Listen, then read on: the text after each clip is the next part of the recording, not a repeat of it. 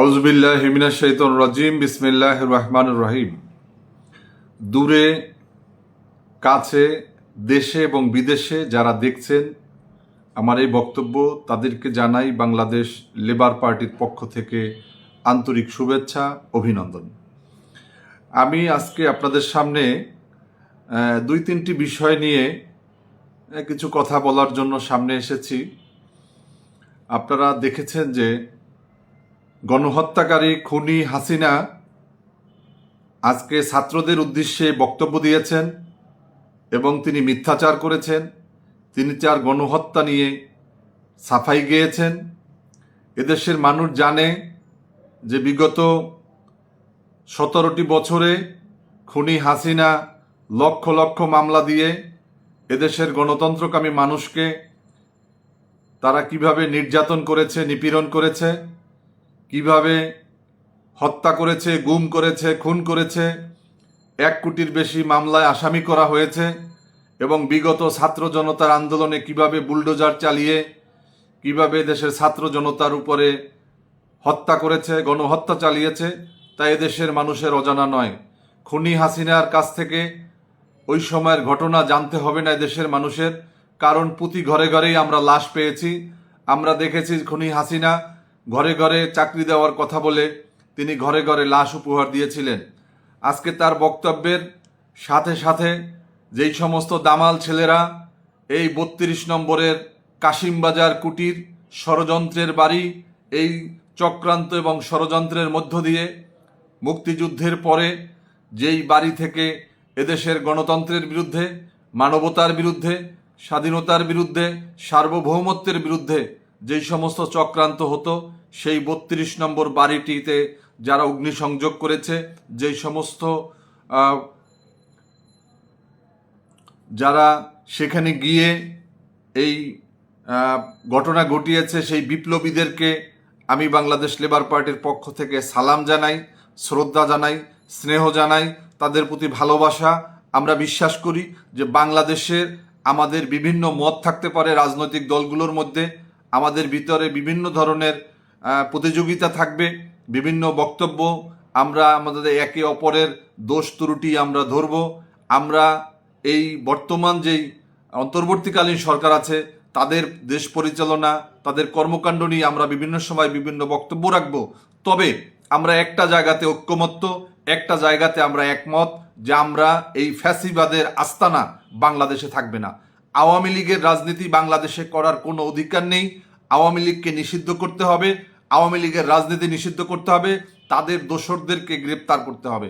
আমরা দেখেছি যে আওয়ামী লীগের এখনো বিভিন্ন জায়গাতে আমরা দেখেছি এখনো এই বাংলাদেশের গণতন্ত্রকামী মানুষ এই আওয়ামী লীগের নেতা কর্মীদের দ্বারা বিভিন্ন জায়গাতে এখনো হামলার শিকার হচ্ছে।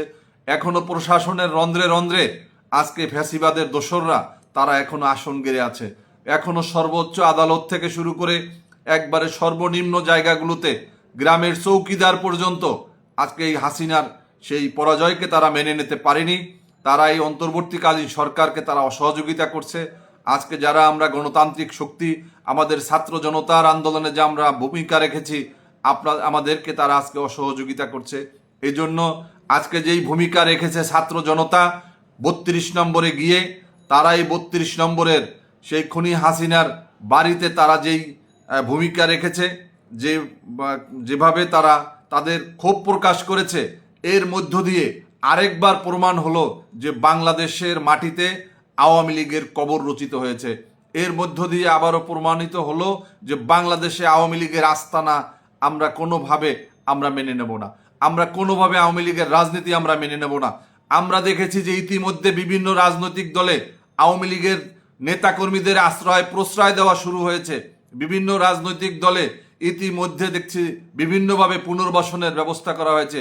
বিগত 17টি বছরে আওয়ামী লীগ এবং আওয়ামী লীগের নেতাকর্মীরা আমাদের জাতীয়তাবাদী শক্তি, ধর্মীয় মূল্যবোধে বিশ্বাসী শক্তিকে ঘুমোতে দেয়নি বাড়িতে। তাদেরকে মামলা, হামলা, নির্যাতন, নিপীড়নের মধ্য দিয়ে আমাদেরকে সেই 17টি বছর তারা পেরেশানির ভিতরে রেখেছে। আমি নিজেও প্রায় অসংখ্য মামলা এবং আমার উপরে আওয়ামী সন্ত্রাসীরা হামলা করেছিল। আওয়ামী লীগের নির্যাতন, নিপীড়নের চিহ্ন বহন করে আমরা এই আন্দোলন সংগ্রাম করেছি। সংগ্রামী বন্ধুরা, আওয়ামী লীগের যে আস্তানাকে আমাদেরকে যেভাবে মূলোৎপাটন করতে হবে, তেমনিভাবে আজকে সাইবার যুদ্ধে আমাদেরকে অংশ নিতে হবে। আওয়ামী লীগের কোনো পেজ, আওয়ামী লীগের ফেসবুক অ্যাকাউন্ট, এগুলোকে আমাদের টার্গেট করতে হবে, তাদের ওয়েবসাইট হ্যাক করতে হবে। এগুলোর করে তাদেরকে রাজপথে যেমন মোকাবেলা করব, তেমনি আমরা তাদেরকে সেই সামাজিক যোগাযোগ মাধ্যম থেকেও আমরা তাদেরকে বিচ্ছিন্ন করতে হবে। আমি আমাদের যেই সমস্ত ইঞ্জিনিয়াররা রয়েছেন, যেই সমস্ত আইটি বিশেষজ্ঞরা রয়েছেন, আপনারা টার্গেট করে করে তারপর আপনার যার যার জায়গা থেকে আপনারা এই ভূমিকা রাখুন। আওয়ামী লীগের কোনো বক্তব্য, খুনি হাসিনার কোনো বক্তব্য বাংলাদেশের কোনো টিভি চ্যানেল দেখাতে পারবে না, বাংলাদেশে কোনো পত্রিকায় নিউজ করতে পারবে না। আমরা দেখেছি যে তারুণ্যের অহংকার তারেক রহমানের বক্তব্য নিষিদ্ধ করা হয়েছিল এই আদালতের ঘাড়ে বন্দুক রেখে। আমরা আদালতের ঘাড়ে বন্দুক না রেখে আমাদের সমস্ত মিডিয়াদেরকে আমরা সাবধান করতে চাই, হাসিনা এবং আওয়ামী লীগের কোনো নিউজ কোনো পত্রিকা করতে পারবে না, কোনো টিভি চ্যানেল দেখাতে পারবে না, কোনো রেডিও সম্প্রচার করতে পারবে না। যারা করবে তাদের বিরুদ্ধে আমাদের ব্যবস্থা নিতে হবে। ছাত্র জনতাকে তাদের রুখে দাঁড়াতে হবে, আমরা রুখে দাঁড়াবো। আমরা কোনোভাবে এটাকে বিনা চ্যালেঞ্জে ছেড়ে দেব না। আওয়ামী লীগের রাজনীতি বাংলাদেশে আগামী 20 বছর যেন আওয়ামী লীগ মাথা তুলে দাঁড়াতে না পারে। এই 20 বছরে আমরা বাংলাদেশের স্বাধীনতা, সার্বভৌমত্ব, বাংলাদেশের অর্থনৈতিকভাবে আমরা বাংলাদেশকে সমৃদ্ধ করে দেখাবো বিশ্ববাসীকে, যে বাংলাদেশের দুর্নীতির মূলোৎপাটন ঘটিয়ে আমরা দেখাতে চাই। আমরা স্বজনপ্রীতির মূলোৎপাটন, আমরা পরিবারতন্ত্রের বিরুদ্ধে, আমরা সমস্ত রাজনৈতিকভাবে আমরা একটা খাই এবং লুটপাটের গণতন্ত্র বাংলাদেশে আমরা দেখতে চাই না। আমরা আজকে এই যে 32 নম্বরে যেই ঘটনা, এবং এটার জন্য আমি মনে করি যে খুনি হাসিনা উস্কানি দিয়েছে। খুনি হাসিনা আজকে বক্তব্য না দিলে আজকে এই ঘটনা ঘটতো না। এবং এভাবে করে আমাদেরকে ফ্যাসিবাদের মুক্ত বাংলাদেশ গড়ার জন্য, আওয়ামী সেই অপরাজনীতি থেকে বাংলাদেশের মানুষকে বাঁচানোর জন্য আমরা যেভাবে 2 তারিখে শহীদ মিনারে পুলিশি সমস্ত বাধা উপেক্ষা করে 3 তারিখ, 4 তারিখ, 5 তারিখে আমরা সেই সমস্ত বাধা বিপত্তি উপড়িয়ে আমরা যেভাবে ভূমিকা রেখেছিলাম, সেভাবে আমাদের সবাইকে ঐক্যবদ্ধ থাকতে হবে। সমস্ত রাজনৈতিক দল, সমস্ত ছাত্র সংগঠন, সমস্ত যুব সংগঠন, সমস্ত সামাজিক রাজনৈতিক সংগঠনকে আওয়ামী লীগের রাজনীতির, আওয়ামী লীগের বিচার এবং খুনি হাসিনার বিচার সহ তাদের দোসরদের বিচারের ব্যাপারে আমাদের সবাইকে ঐক্যবদ্ধ থাকতে হবে। আপনাদের সবাইকে বাংলাদেশ লেবার পার্টির পতাকা তলে লেবার পার্টিতে যোগ দেওয়ার জন্য আহ্বান জানাই এবং লেবার পার্টিকে শক্তিশালী করুন। লেবার পার্টি একটি বিপ্লবী রাজনৈতিক দল। এই রাজনৈতিক দল ফ্যাসিবাদের সেই 1975 সালের বাকশাল যখন করেছিল শেখ মুজিব, তখন এই লেবার পার্টিকে নিষিদ্ধ করা হয়েছিল। আমরা আওয়ামী জুলুমের শিকার। আমরা বাংলাদেশে বিগত 17টি বছরে সম্মুখ সমরে থেকে রাজপথে আমরা এই লেবার পার্টি আমরা ভূমিকা রেখেছি।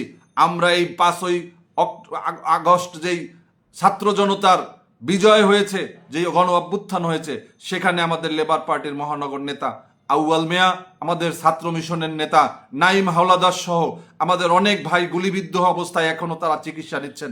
আমরা আহত হয়েছি এবং এই আন্দোলনের মধ্য দিয়ে লেবার পার্টি যেই গণতান্ত্রিক আন্দোলনে ভূমিকা রেখেছে, এই আন্দোলনকে অব্যাহত রাখতে হবে। লেবার পার্টিকে সর্বস্তরে শক্তিশালী করে আমরা এই ফ্যাসিবাদ বিরোধী আন্দোলনে আমরা সম্মুখভাগে আমরা অবস্থান নিতে চাই। আমরা আমাদের অবস্থানকে সক্রিয়ভাবে আমরা রাজপথে আমরা ভূমিকা রাখতে চাই। আপনাদের সবাইকে ধন্যবাদ। বাংলাদেশ জিন্দাবাদ, বাংলাদেশ লেবার পার্টি জিন্দাবাদ, শ্রমজীবী মেহনতি মানুষের জয় হোক।